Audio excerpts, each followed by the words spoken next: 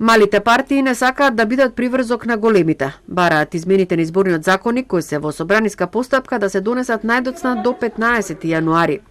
Една изборна единица, пропорционален модел и без изборен праг се дел од барањата кои треба да бидат владин приоритет. Со ова ќе се демонтира монополот на партиите кои 30 години владеат во државата и ќе се создадат услови за системски промени, вели Павле Трајанов. Ние кога стартуваме на избори, тоа е кога се стартува на трка од 1000 метра, овие четирите партии, не знам, СДСМ, ВМРО, ДПМН, ДУИ и некоја друга од албанските партии, тие се 500 метра пред нас. А ние сега треба да трчаме, не знам, 3 пати побрзо од нив, за да ги стигнеме и да обезбедиме некакви равноправни услови.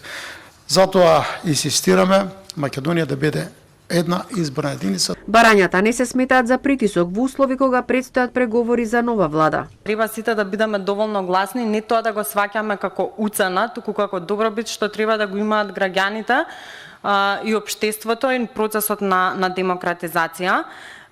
Може би јавноста ќе стекне впечаток дека условно кажано помалите политички партии го гураат моделот на една изборна единица затоа што нив највеќе им одговара, но основата не е дека не е за судбината на помалите политички партии дали ќе преживеат или нема да преживеат, туку судбината на државата.